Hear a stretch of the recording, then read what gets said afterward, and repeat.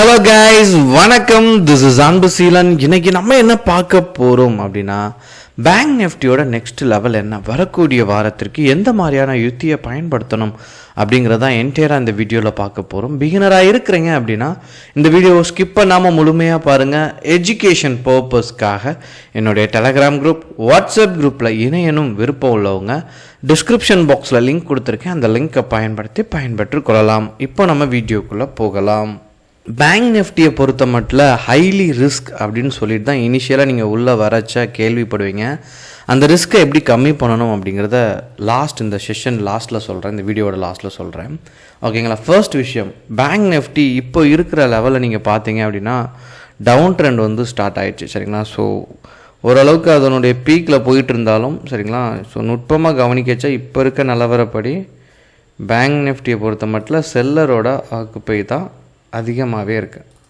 So நீங்கள் வரக்கூடிய நாட்களில் பேங்க் நிஃப்டியை பொறுத்த மட்டும் இதனுடைய லோவை பிரேக் பண்ணச்ச நீங்கள் என்ன பண்ணலாம் அப்படின்னா, என்ட்ரி பாயிண்ட் புட் ஆப்ஷனை பை பண்ணுறதுக்கு என்ட்ரி கொடுத்துக்கலாம். 48,650க்கு கீழே போயிடுச்சு அப்படின்னா ஸ்ட்ராங் கன்ஃபர்மேஷனும் கூட. சரிங்களா? ஸோ அடுத்தடுத்த லெவல் ஒரு கேண்டலோட லோவையும் நம்ம ஃபிக்ஸ் பண்ணிவிட்டு இன்ட்ராடேக்கு நம்ம யூஸ் பண்ணிக்கலாம். சரிங்களா?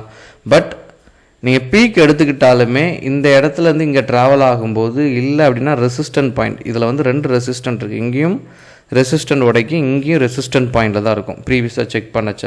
ஸோ இங்கே கண்டிப்பாக மார்க்கெட் கன்சாலிடேஷன் இருக்கும். ஸோ ஆப்ஷன் பையிங், அதாவது கால் ஆப்ஷனை பை பண்ணுறதை அவாய்ட் பண்ணுறது வரக்கூடிய வாரத்தில் ரொம்ப நல்லது. பட் இது ட்ரெண்ட். சரிங்களா? மார்க்கெட் எப்படி போகுங்கிறத யூகிக்கிறது மட்டும்தான். எந்த மாதிரி அப்படின்னு பார்த்துட்டிங்க அப்படின்னா வெயிட்டேஜை செக் பண்ணி எப்போதுமே ட்ரேட் பண்ணணும். ஸோ இந்த பேங்க் நிஃப்டி மூவ் ஆகுது அப்படின்னா வெயிட்டேஜ் எப்படி இருக்குது அப்படிங்கிறத பார்க்கணும். இதில் ஃபர்ஸ்ட் நீங்கள் பார்த்தீங்க அப்படின்னா ஹெச்டிஎஃப்சி பேங்க், அதை பொறுத்த மட்டும் ரொம்ப லாஜிக் சிம்பிள். சப்போர்ட்லேருந்து ரெசிஸ்டன்ட் நோக்கி போயிட்டுருக்கு. பட் கன்ஃபர்மேஷன் இல்லை, ஸ்ட்ராங் கன்ஃபர்மேஷன் கிடையாது எந்த சைடுமே. ஐசிஐசிஐ பேங்க் ரெசிஸ்டன்ட் பாயிண்டில் இருக்குது. ஸோ ஃப்ளாட்டாக தான் இருக்குது. மார்க்கெட் டவுன் ட்ரெண்ட் போகிறதுக்கான பாசிபிலிட்டிஸ் அதிகமாக இருக்குது. எஸ்பிஐனை பொறுத்த மட்டும் தொடர்ச்சியாக ஒரு பீக்கில் இருக்குது. ஸோ சஸ்டெயின் ஆகி போயிட்டுருக்கு. சரிங்களா? எஸ்பிஐ மட்டும் நோட் பண்ணிக்கோங்க. அப்புறம் ஆக்சிஸ் பேங்க் ஒரு பீக் கொடுத்தாலும் திரும்ப டவுன் ட்ரெண்ட் அங்கே ஸ்டார்ட் ஆகிடுச்சு. கண்டிப்பாக கன்சாலிடேஷன் இருக்கும். சரிங்களா? கடைசியாக பார்க்க போகிறது என்ன அப்படின்னா கோட்டக்கை பொறுத்த மட்டும் ஒரு பேட் நியூஸ் வந்த ரீசனால் ஸோ தொடர்ச்சி அதனுடைய சரிவு, இது லாஸ்ட் வீக் கூட நான் சொல்லியிருந்தேன். சரிங்களா?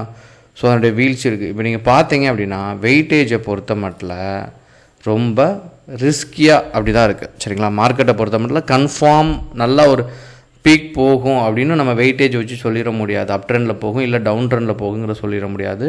ஸோ ஃப்ளாட்டாக இருக்கிறதுக்கான பாசிபிலிட்டிஸ் அதிகம். அதை தாண்டிலும் டவுன் ட்ரெண்ட்லேயும் அதுக்கு ஈக்குவலாக பாசிபிலிட்டிஸ் இருக்குது. ஸோ உங்களுடைய ஃபோக்கஸ் எல்லாமே புட் ஆப்ஷன் சைட் ட்ரை பண்ணுறது நல்லது. சரிங்களா? எப்போதுமே நீங்கள் பேங்க் நிஃப்டிக்குள்ளே வந்துட்டீங்க அப்படின்னா ஃபர்ஸ்ட் நான் சொல்ல வந்த பாயிண்ட்டே இதுதான். இனிஷியலாக வீடியோக்கு முன்னாடி என்ன அப்படின்னா ரிஸ்க்கை கம்மி பண்ணணும். சரிங்களா? ஸ்டாக் மார்க்கெட்டுக்கு வந்துட்டீங்க அப்படின்னா, ஸ்டாக் மார்க்கெட்டுக்குள்ளே வாரீங்க அப்படின்னா ஸ்டாக்கில் ட்ரேட் பண்ணுறது ஈஸியாக, இண்டெக்ஸில் ட்ரேட் பண்ணுறது ஈஸியாக அப்படின்னு பார்க்கணும். சரிங்களா? ஸோ அனுபவம் ஆயிடுச்சு அப்படின்னா நீங்கள் ஸ்டாக்கில் ப்ராக்டிஸ் பண்ணி அனுபவம் ஆயிடுச்சுன்னா இண்டெக்ஸ் ஃபைன். சரிங்களா? இண்டெக்ஸ்க்குள்ளே நீங்கள் வந்துட்டீங்க அப்படின்னா வெயிட்டேஜை வச்சு ட்ரேட் பண்ணும். சரிங்களா? இண்டிகேட்டர்ஸ், கேண்டில் ஸ்டிக் பேட்டர்ன் இதை கொஞ்சம் தெரிஞ்சுக்கணும். பட் இதை பேஸ் பண்ணி ட்ரேட் பண்ணிங்கன்னா ஃபெயிலியர் அதிகமாக இருக்கும். சரிங்களா? வெயிட்டேஜ் பார்த்து ட்ரேட் பண்ண வேண்டியிருக்கும். ஸோ இங்கே நீங்கள் என்ன பண்ணணும், ரிஸ்க்கை கம்மி பண்ண வேண்டிய சூழல் வரும். இன்னொன்று ஆப்ஷன் பையிங்கை காட்டிலும் சரிங்களா செல்லிங் தான் பவர் அதிகம். ஸோ என்ன பண்ணணும், நீங்கள் செல்லிங் பக்கம் வர்றது ரொம்ப நல்லது. செல்லிங் பக்கம் வந்தாலும் பரவாயில்ல, ஹெட்ஜிங் பக்கம் இருக்கணும். சரிங்களா? செல்லிங்லேயும் ஹெட்ஜிங் வந்துட்டீங்க அப்படின்னா உங்களுடைய கேபிட்டல் மிஸ் ஆகிறதுக்கு சான்ஸே கிடையாது, முறையான அனுபவம் இருந்துச்சுன்னா. ஸோ இவ்வளோ ஸ்டேஜ் நீங்கள் தாண்ட வேண்டியிருக்கு. அதனால் பிகினராக வரச்ச நல்லா புரிஞ்சுக்குங்க, நிறையா ப்ராக்டிஸ் பண்ணுங்கள். இந்த லெவலுக்கு நீங்கள் வரையக்கே 3 to 6 months உங்களுக்கு வந்து டைம் பிடிக்கும். சரிங்களா? அதனால் அதை புரிஞ்சுக்கிட்டு படிக்க ஆரம்பிங்க. என் கிளாஸில் படிக்கிற ஸ்டூடெண்ட்டுக்கும் நான் முக்கியமாக சொல்கிற விஷயமே அதுதான். ஸோ நிறையா ப்ராக்டிஸ், அதில் இருக்கிற அறிவை எடுத்துகிட்டு நீங்கள் ட்ரேட் பண்ணச்சே தான் ஃபெயிலியர் கம்மியாகும், சக்ஸஸ் ரேஷியோ அப்படிங்கிறது அதிகமாக இருக்கும். சரிங்களா? அதனால் ப்ராக்டிஸ் முறையாக பண்ணுங்கள். இது எல்லாமே எஜுகேஷன் பர்பஸ்க்காக தான். ஒவ்வொரு என்ட்ரியும் எக்ஸிட்டும் ட்ரை பண்ணி பாருங்கள், எந்த அளவுக்கு சக்ஸஸ் இருக்குது அப்படிங்கிறத கண்டிப்பாக கமெண்ட் பாக்ஸில் உங்களுடைய கமெண்டில் தெரிவிங்க. ஓகேங்களா? Okay guys, thank you so much for வாட்சிங் this video. Tata, bye bye, see you.